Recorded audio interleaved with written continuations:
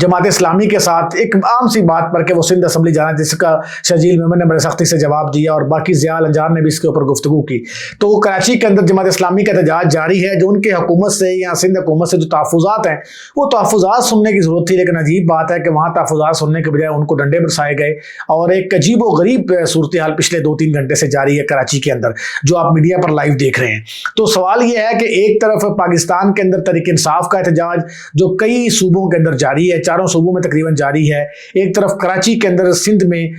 خاص کر کے جماعت اسلامی کا احتجاج جو ہے وہ جاری ہے، پی ٹی اے کے تو ہے ہی، جماعت اسلامی کا احتجاج بھی جاری ہے۔ ایک طرف عمران خان کی جو رہائی ہے جس کے اوپر پاکستان اس وقت شدید ہیجان کا شکار ہے، تو اس کا مطلب یہ ہوا کہ پاکستان 3-4 بڑے کرائسس سے اس وقت گزر رہا ہے، اور اس کے لیے کوئی عقل مندی سے کسی ڈسیزن کی ضرورت ہے۔ جذباتی ہو کے کوئی ڈسیزن کرنے کی ضرورت نہیں، کیونکہ جذباتی کوئی ڈسیزن کریں گے تو پھر آپ جانتے ہیں کہ اس کے بعد پاکستان مزید جو ہے اس کے اندر حالات اس کے خراب ہو سکتے ہیں۔ تو ایک تو یہ ہے کہ بانی کی رہائی کے معاملے میں بڑی جو رکاوٹ ہے وہ بانی خود ہیں، کیونکہ بانی ضد پہ اڑے ہوئے ہیں، اور وہ یہ کہتے ہیں کہ اگر آپ مجھے یہ کہتے ہیں کہ باہر جا کے کوئی بات نہ کرو تو ممکن نہیں ہے۔ میں نے 2 دن پہلے ایک ویلاگ میں کہا تھا کہ کچھ صحافیوں کی ملاقات بھی ہوئی کچھ لوگوں سے، انہوں نے کہا کہ عمران خان کی ایک بنیادی مسئلہ جو ہے، جو مجھ تک بات دوستوں نے پہنچائی کہ بھائی عمران خان کی ضمانت دینے کو کوئی تیار نہیں ہے کہ وہ اس کو ہم کس بیس پر رہا کریں، کیا کریں۔ تو آج بھی صورتحال یہی ہے۔ آج میری لطیف کھوسہ صاحب سے بھی بات ہوئی، وہ بھی کہہ رہے تھے کہ جو عمران خان ہے وہ عید سے پہلے ان کی رہائی تقریباً طے ہے اور انشاءاللہ رہا ہو بھی جائیں گے۔ تو میں نے اس پوڈ کاسٹ کے اندر ان سے پوچھا بھی کہ آپ نے ایک بات 1 سال پہلے بھی ایک کنفرم بات کی تھی، تو انہوں نے کہا اب زیادہ کنفرم ہے۔ تو اگر یہ ڈیل نہیں ہے، این آر او نہیں ہے، اور عمران خان کو بیماری کی وجہ سے باہر نکالا جا رہا ہے، تو یہ میرا خیال سے ایک بڑی پازیٹیو چینج ہے جو کہ بہت مشکل نظر آ رہی ہے۔ اچھا، ایک اہم ترین معاملہ یہ ہے کہ پنجاب بھر کے اساتذہ کرام اس وقت لاہور سیکریٹریٹ میں بیٹھے ہیں، آج 5واں روز ہے۔ یہ جو پنجاب بھر کے ٹیچرز ہیں، آپ جانتے ہیں کہ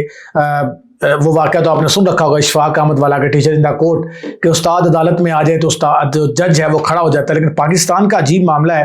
کہ دنیا کے کسی ملک میں ایسا نہیں ہوتا کہ آپ کو جن شرطوں پر نوکری دی جائے تو 4-5 سال 10 سال 15 سال بعد ان شرائط کو بدل دیا جائے، لیکن پاکستان میں یہ ہوا کہ اساتذہ کرام کا صرف ایک مطالبہ ہے، اور وہ مطالبہ یہ ہے کہ جن شرائط پر آپ نے ان کو نوکریاں دی تھیں تو 30-40 سال 35 سال 32 سال گزرنے کے بعد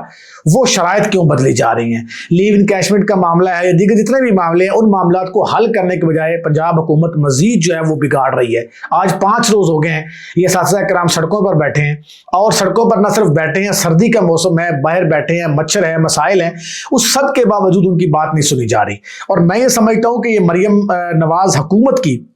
سب سے بڑی نااہلی ہوگی اگر اساتذہ کرام ذلت و رسوائی سے گزرتے ہیں، کیونکہ جن قوموں نے، جن لوگوں نے استاد کی تذلیل کی ہے، ان لوگوں کا اور ان قوموں کا دنیا نے پھر تماشا دیکھا ہے۔ اور آپ دیکھیے، ذرا آپ ججز کی مراعات اور تنخواہیں دیکھیں، ذرا آپ پارلیمنٹرینز کی تنخواہیں اور مراعات دیکھیں، سینٹ کے ممبران کی تنخواہیں اور مراعات دیکھیں، سیاستدانوں کی ذرا آپ مراعات چیک کریں، بیوروکریٹس کی مراعات اور تنخواہیں چیک کریں۔ حد یہ ہے کہ وہ تمام شعبے جو اس ملک کے اندر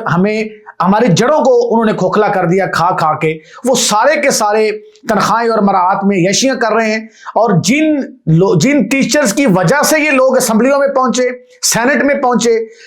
بیوروکریسی میں پہنچے، وہ اساتذہ کرام سڑکوں کے اوپر اسی سیکریٹریٹ کے سامنے ذلیل و خوار ہو رہے ہیں جس سیکریٹریٹ کے اندر بیٹھے ہوئے تمام سیکٹری ان اساتذہ کی وجہ سے ان کرسیوں پر پہنچے ہیں۔ تو میں کہتا ہوں کہ پوری بیوروکریسی کو شرم سے مر جانا چاہیے، پوری پنجاب حکومت کو شرم سے مر جانا چاہیے کہ ان کے دور حکومت کے اندر کوئی ہزاروں کے قریب اساتذہ کرام پچھلے 5 روز سے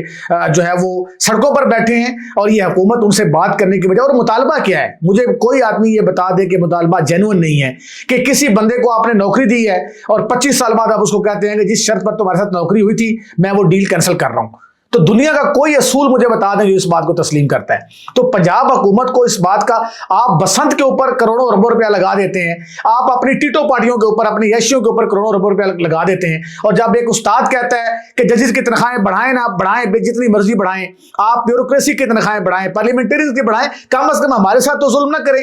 دنیا میں پاکستان کا یہ المیہ ہے یا خاص کے پنجاب کا یہ المیہ ہے کہ جب بھی تنخواہوں پہ کٹ لگانا ہوتا ہے، ٹیچروں کی تنخواہوں میں کٹ لگانے کے بعد اس کے فائدے جو ہیں وہ پارلیمنٹرینز کو پہنچائے جاتے ہیں۔ تو اس سے بڑا ظلم کسی ملک میں ہو سکتا ہے جتنا پنجاب کے اندر ہو رہا ہے۔ تو مریم بی بی صاحبہ سے میری گزارش ہے کہ آپ سارے ظلم کریں لوگوں کے اوپر، کم از کم ایک شعبے کو بخش دیں، اور وہ شعبہ اساتذہ کرام کا، کیونکہ آپ بھی اور ہم سب انہی کی وجہ سے یہاں بیٹھے ہوئے ہیں۔ اور اگر اس قوم نے، اس حکومت نے اساتذہ کو ذلیل کیا، ان کی انسلٹ کی، تو عزت ان کی بھی نہیں ہوگی۔ بہت شکریہ۔